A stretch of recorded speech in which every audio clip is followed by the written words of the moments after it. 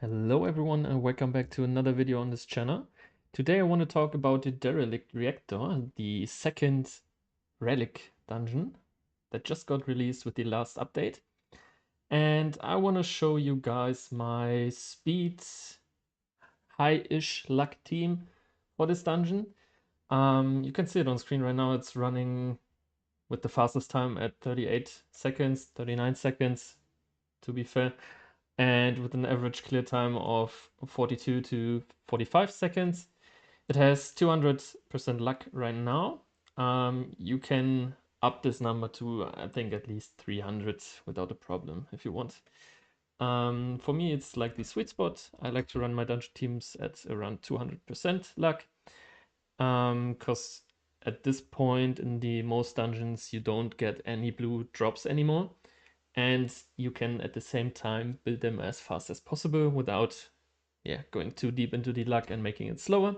Some people prefer to do like even higher luck teams, but slower in general, so they don't use that much batteries, which is fine as well.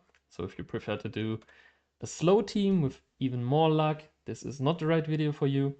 I prefer to do my dungeons at below 1 minute average clear time and at least 200% luck. And that's exactly what this guide is going to be about. So let's look at Fission Hub, where I have the guide as text as well. Yeah, like I said, this dungeon or this guide focuses on the Derelict Reactor 10, the fire relic dungeon of the two relic dungeons, where you can get the extra turn relic, the unique one.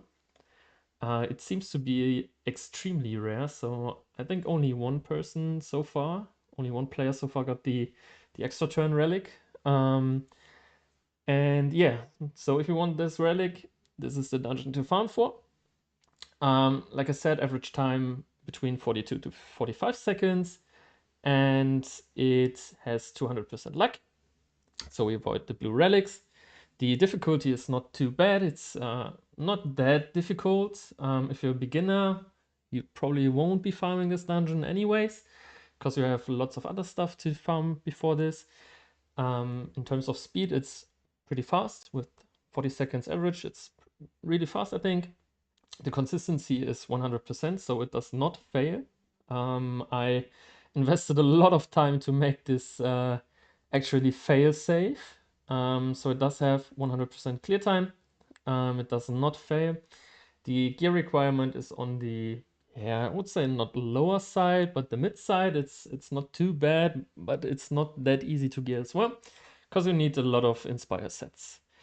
So if we look at the team, we have the Water Warners, the Water Music Queen, the Water Twin Blade, the Fire Ant Cannon, and the Water Sorcerer.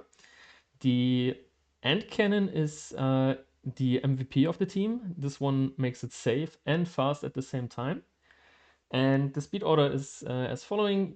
First the Ant Cannon, then the Music Queen, Sorcerer Warners, and the Twin Blade.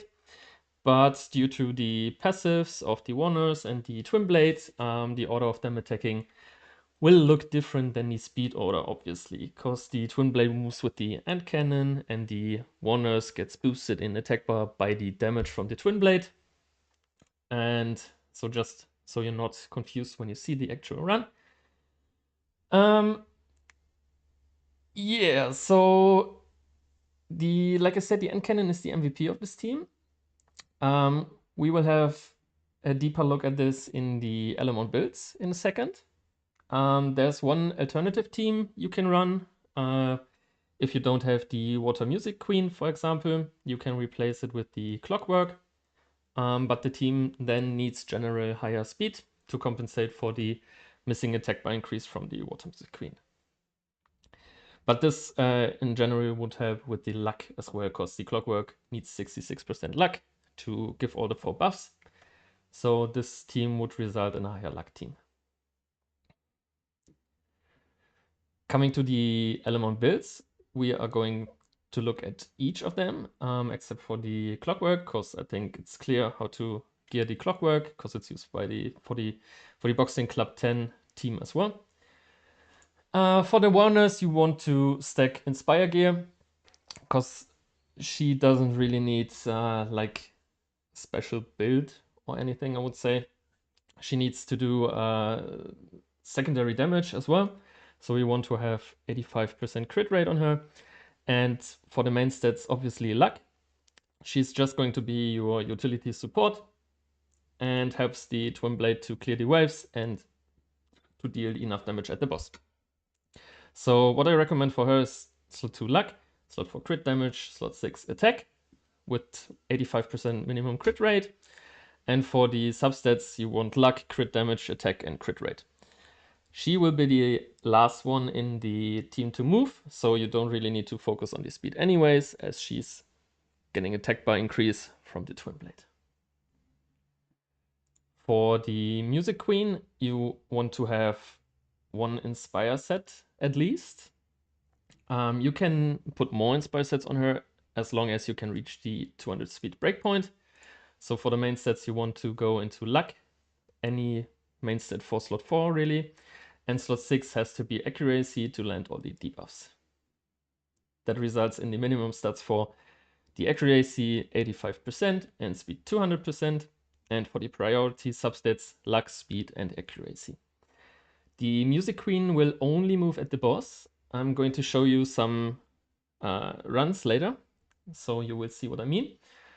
So she will only move at the boss, and she is mainly there for the buffing, for the attack buff, the def downs, and nothing else, to be honest. And of course the attack bar increase, obviously. So you should set her intelligence settings for the skill 3 to high, so she will use the skill 3 at the first turn of her at the boss stage. And she will move directly after the end cannon in terms of the speed order, obviously, because due to the Twin Blade and the Warners, she will move like, I think, 4th actually at the boss. And yeah, I just set a comment here that I run her on Swift Inspire because I don't have any more Inspire gear left over, so I put her on Swift to get to the breakpoint of 200 speed, and triple Inspire would be fine here as well. So the Twin Blade is your main damage dealer. You want to stack as much damage as you can on him, preferably on an ambush gear because of the def ignoring you get additionally there. But I, for myself, don't have really good ambush gears laying around, or they are used already, so I've put fatal gear and rage gear on him, and it works just fine. It works beautifully. So the main stats are attack, crit damage, attack, a standard damage dealing build. You want at least 85% crit rate. You don't need higher because it's a fire boss, and you have the 15% crit chance anyways built in for the elemental advantage. So 85 is enough. You want around 210, 215 crit damage at least 200 crit damage, and like plus 2300 attack. The Twin Blade has to have the highest crit damage for the Warner's passive, and in terms of speed, it's even slower than the Warner's. So like I said before, the Warners were the slowest, but it's actually Twin Blade, sorry. So the Twin Blade will move with the end cannon together, and the general rhythm is end cannon moves, Twin Blade attacks together, end cannon debuffs with the def down, and the Twin Blade just clears the waves. And also the mid boss. So you will have to have at least enough damage to clear the mid boss alone with the Twin Blade and the end cannon. So if you can hit that breakpoint, your Twin Blade should have enough damage to clear the dungeon. For the intelligence settings, this is really important. You have to set the S2 condition to if enemy has debuff, if enemy has buff, sorry. This way, the Twin Blade will use the skill 1 instead of the skill 2 after attacking together with the end cannon, which makes the Twin Blade to chain attack all the other minions. Otherwise, it will attack with the end cannon, kill one, then from the kill, it attacks another minion and then stops. and you want to chain it. You want the chain attack. So you have to set the skill 2 condition to if enemy has buff. So it chain attacks and clears the waves consistently. Yeah, like I said, the optimal set would be Ambush Fatal. The End Cannon is the MVP of the team. It consistently applies the def down and the attack down on the waves and as well on the boss. Another important note is to set the intelligence condition for skill 2 to high and 4 or more enemies alive. This is really crucial for the 100% safe safetiness of the team. That's why I tinkered around a lot until I recognized I could just set the S2 to 4 or more enemies alive. Because when the Ant Cannon attacks on the mid-boss and does the skill 1 on the mid-boss, it has a chance to get another extra turn. And due to the other extra turn, it will use the skill 2 afterwards and then doesn't have it available for the second minion wave. So the third wave in general for the dungeon. And this will lead to the Music Queen cutting in using the skill 3, and then it doesn't have the skill 3 available at the boss, and so on and so on. So it just messes up the turn order. And with the condition 4 or more enemies alive for skill 2, it won't use skill 2 after the extra turn and has it available at the third wave of the dungeon. So this is really, really crucial.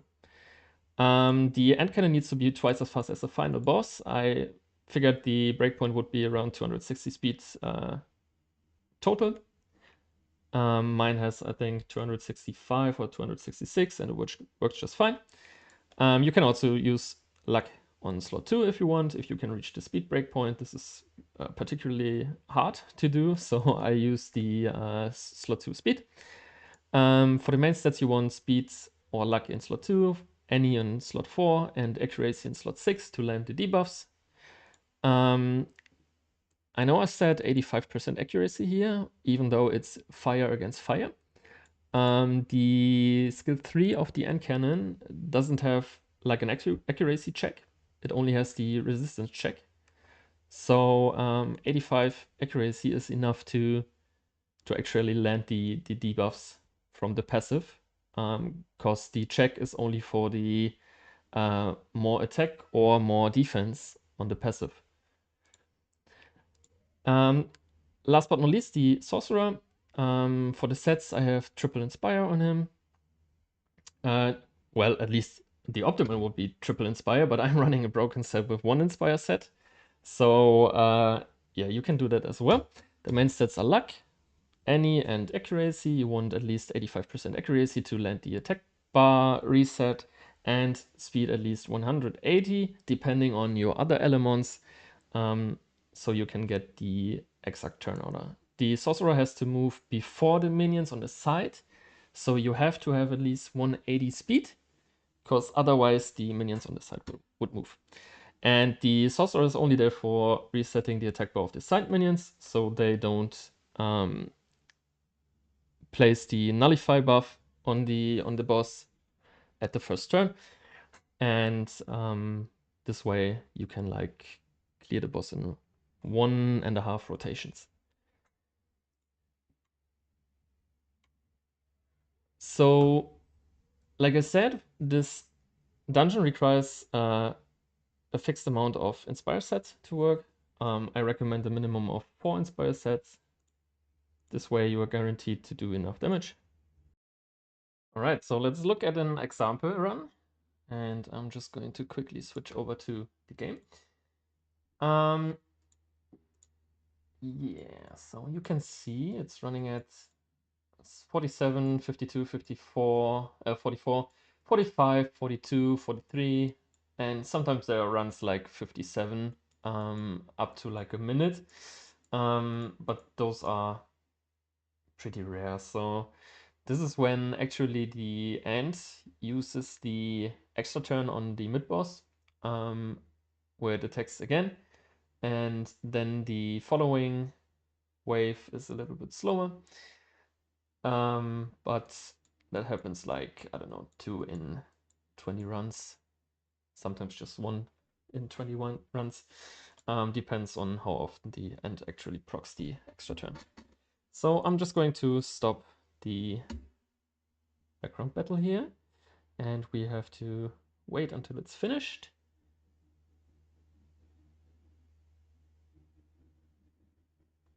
All right, and then we are going to do one battle like this. So it starts with the ant cannon moving first, doing the AoE death down, and the twin blade is just going to clear up the first wave. The ant cannon moves again, attacks the boss, gets the extra turn, so it doesn't really matter here. Now on the next wave, it has the skill 2 up again because it didn't use it on the mid boss, because we set the skill 2 setting to only when 4 enemies are alive. And at the boss, ant cannon moves, twin blade attacks together, then the music queen, the warners, and the sorcerer decreases the attackage of the minions so they don't put up the nullify buff. And we are just moving, getting a lot of extra turns. This is really, really good on the boss. This makes it really fast. And the boss gets like 1 turn in the whole run. And we got some more debuffs, more attackage together, and that's it. This is the full run. So in the foreground battle, the time is always slower than at the background battle.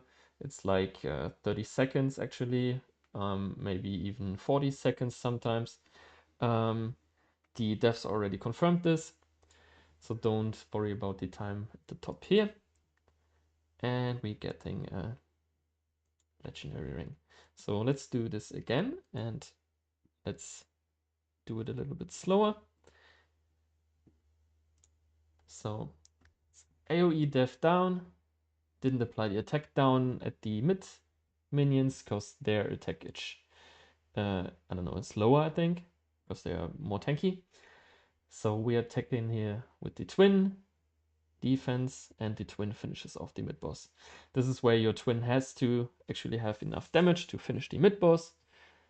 Then we got another death down AoE, dealing all the attack and defense downs on the enemies, on the minions. And then the warners finishes off the last minion.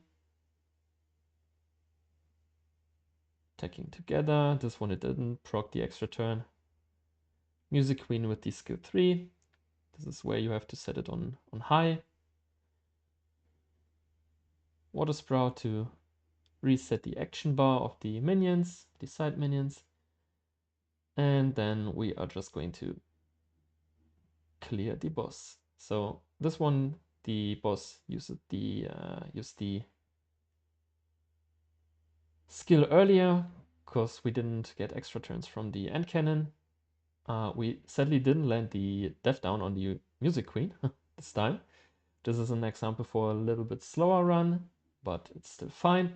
The side minion will actually put up the nullify on this run, I think, because we are not fast enough with the damage, but it doesn't really matter. So yeah, we get like the bomb on the end cannon, don't really matter. We got another attack of the boss, and we are just going to finish it off without a problem.